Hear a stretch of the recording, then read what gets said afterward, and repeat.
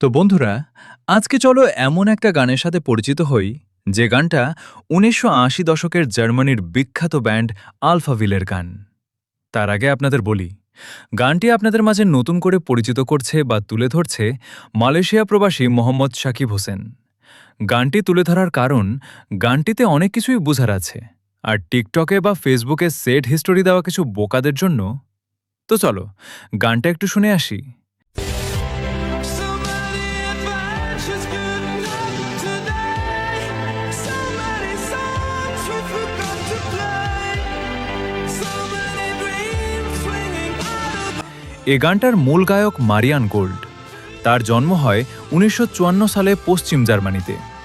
Marianne গোল্ডের শীতলের আবেগময় ককণ্ঠের বজ্র ঝরানো গাওয়া এই গানটা এতটাই জনপ্রিয় যে ১৯৮৪ সাল থেকে শুরু করে আজও এই গানের জনপ্রিয়তা বেড়েই চলছে।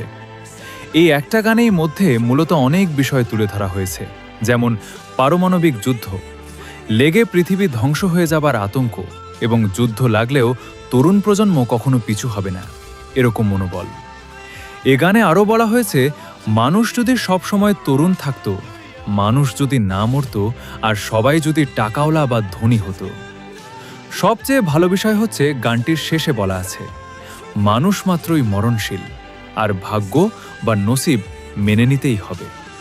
তো আপনার কাছে গানটি কেমন লাগে, বা গানটির কথাগুলো কেমন বলে যাবেন?